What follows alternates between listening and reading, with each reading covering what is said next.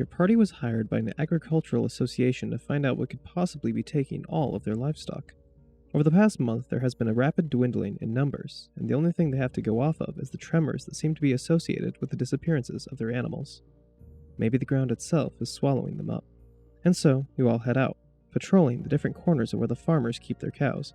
After several boring hours of watching, it happens. Neria is the first to notice. She perks up, squinting her eyes slightly and watching the land shake. After a couple of seconds, she comes to the realization that it's not just the ground quaking. It's a creature, and it's causing the ground around it to rupture. As the reality of her situation clicks into gear, a 12-foot-long nightmare bursts through the ground, launching nearly 15 feet straight up as it captures a cow in its powerful maw, landing in the dirt and tearing the poor bovine in half after a rabid shake of its head.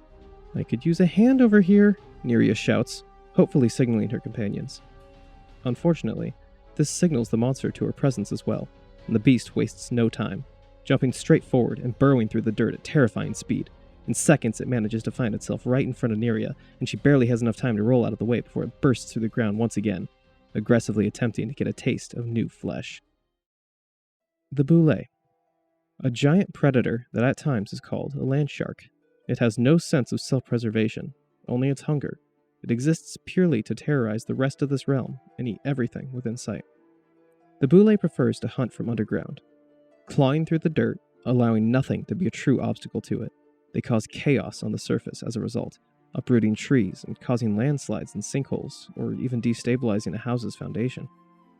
They find their prey by sensing vibrations in the ground on the surface, and then they strike, crawling straight up from underneath their victims and opening their massive mouths to nearly inhale whatever poor soul falls victim to the hunt. If you're unlucky enough to come across a Bulette, you'll likely find them in temperate areas, eating every living thing they can wrap their jaws around. Luckily enough for dwarves and elves, the Bulette considers them bad-tasting. Unluckily for dwarves and elves, the monster will probably end up killing them before realizing exactly what they are.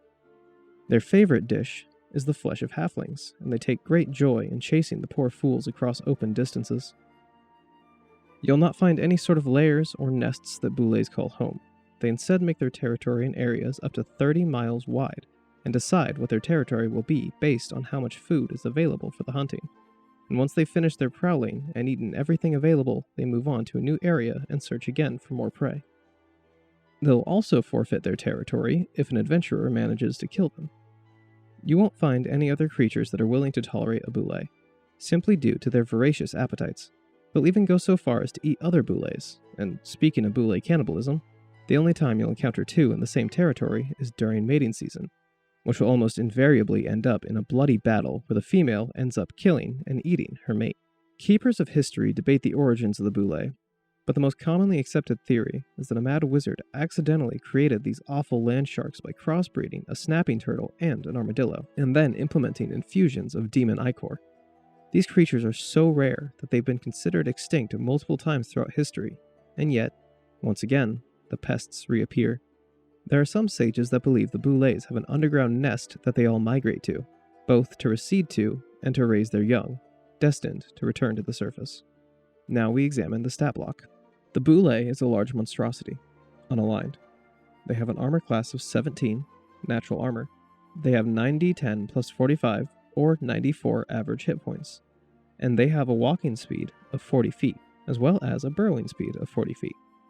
Land sharks have 19 strength, a plus 4 bonus, 11 dexterity, no bonus, 21 constitution, a plus 5 bonus, 2 intelligence, a negative 4 detriment, 10 wisdom, no bonus, and 5 charisma, a negative 3 detriment.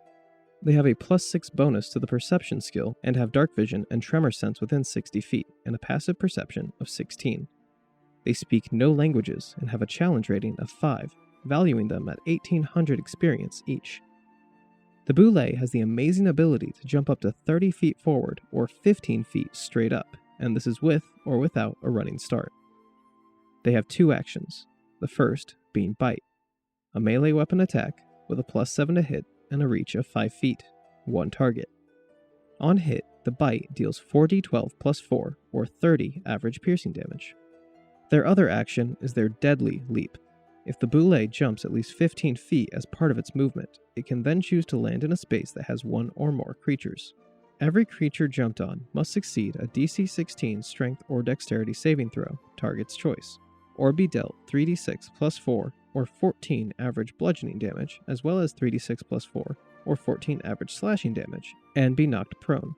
If they succeed the save, they take half damage, and instead of being knocked prone, they are instead pushed 5 feet out of the monster's space into an unoccupied space of their choice.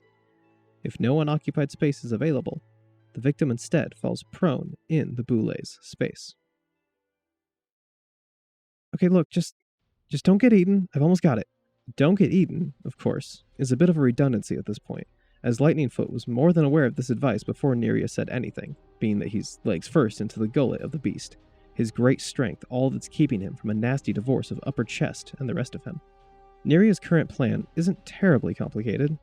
Aim really, really well with the poisoned arrow, and Lightningfoot, holding its mouth open, is in some ways very useful to her. So, she looses an arrow, praying it doesn't harm her friend. Luckily, it doesn't. Or, at the very least, he doesn't die immediately. A good sign. The initial strike lands cleanly in the back of the monster's throat. This surprised it enough for Lightningfoot to kick off of the throat of the monster and get out, simultaneously pushing the arrow even deeper. The Bulette was already fairly injured enough by work from the rest of the party, but they happen to get pretty beat up themselves, and so they're unable to assist at this point. The poison acts fast, and the beast loses strength, and 5 minutes later, the last few breaths of life escape its lungs.